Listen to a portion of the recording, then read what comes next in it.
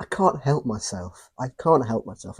Think I'm gonna have to let myself go a little bit in this video in terms of not being 100% neutral. Not that I am 100% neutral in most videos, but more profound in this one, I think, than others.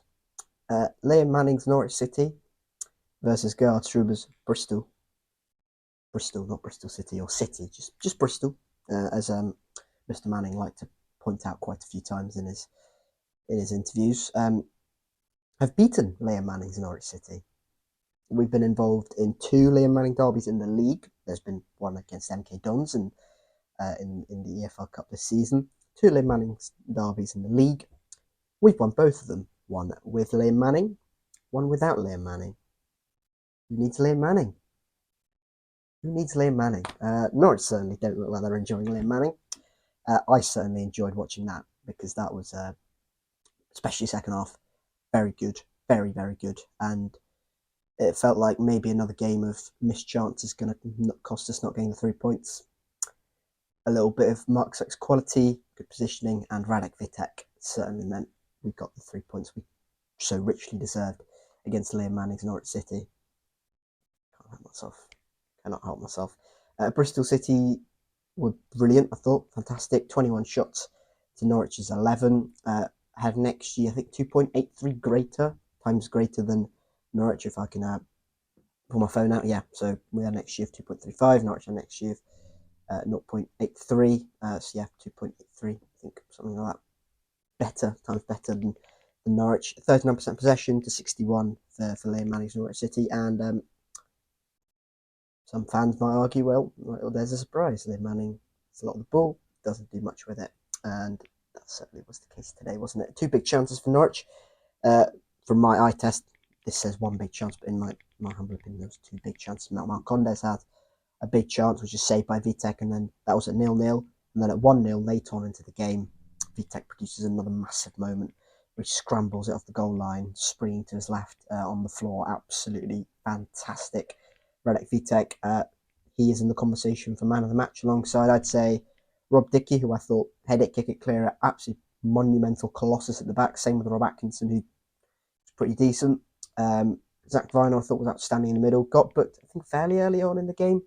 24, so yeah, fairly early on, and I thought, don't do anything rash. But there was one moment where he slide tackled and slid into someone, and it was like, is he going to get fouls? No, it was an absolutely brilliant tackle, and just fantastic. Randall was brilliant as well. Anis was very good on the ball. Couple of nice moments. I think it was his initial ball into the box that actually led to our goal. Reece led the line all right. Borges was pretty decent.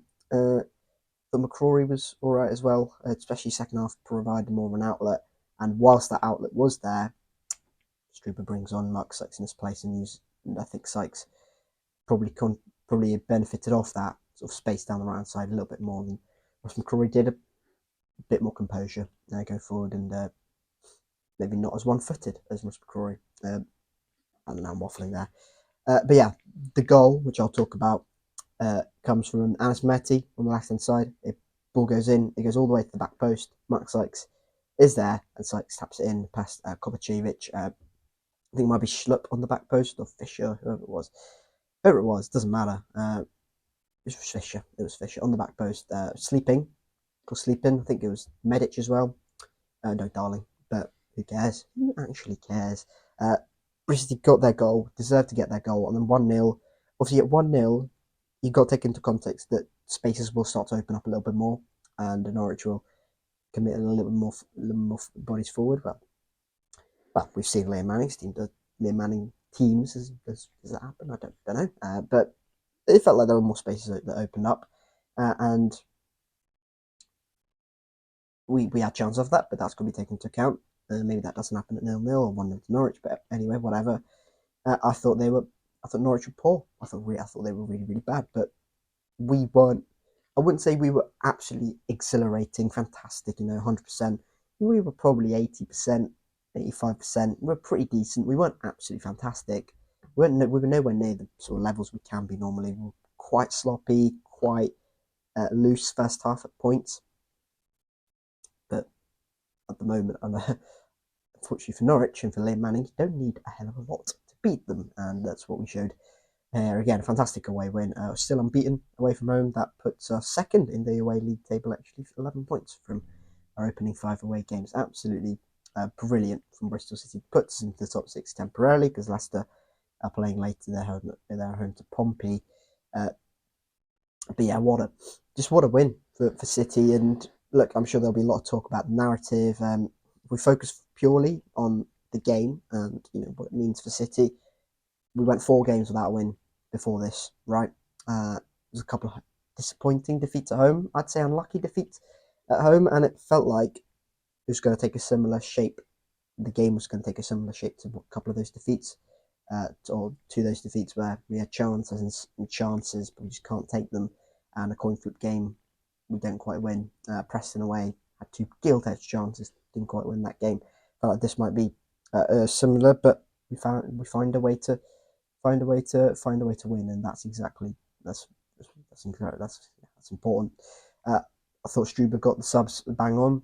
Scott Twine wasn't particularly effective. Ross McCrory I thought was good, but I felt like in that moment Sykes would have been a better option, and there we go. Struber was proven right, wasn't he, with that substitution, because Sykes gets that space on the right side and then finishes it and gets the winning goal.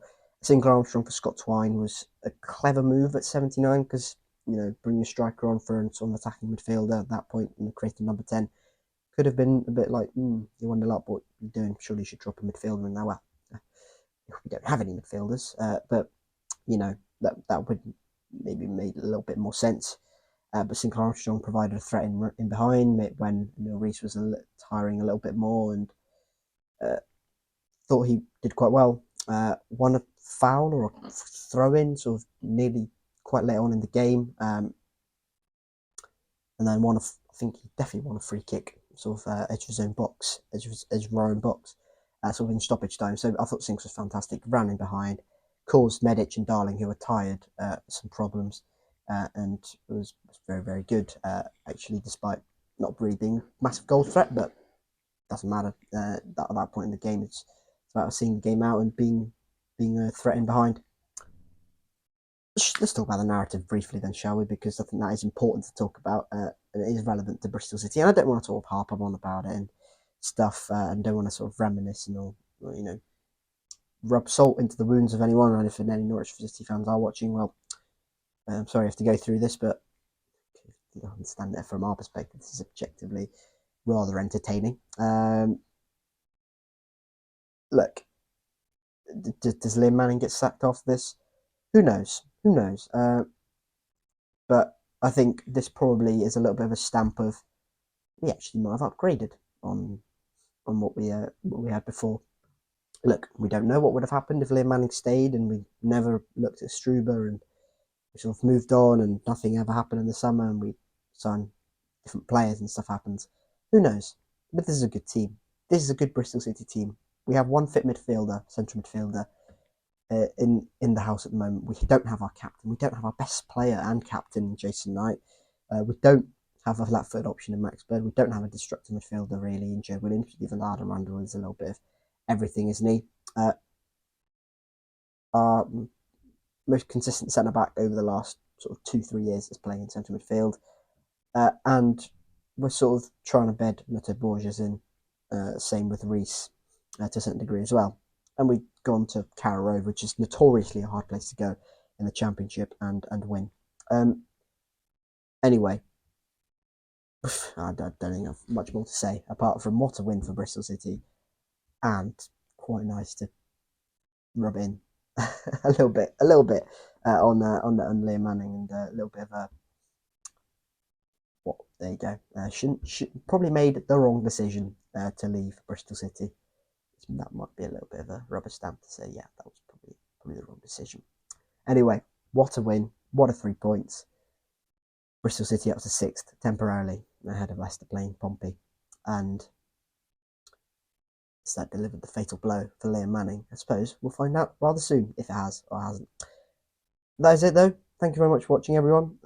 Like, subscribe, all that good stuff. And the Hardstrupers Cider Army, or Bristol. There's a certain EFL Championship manager who I will not name again. It's called called us.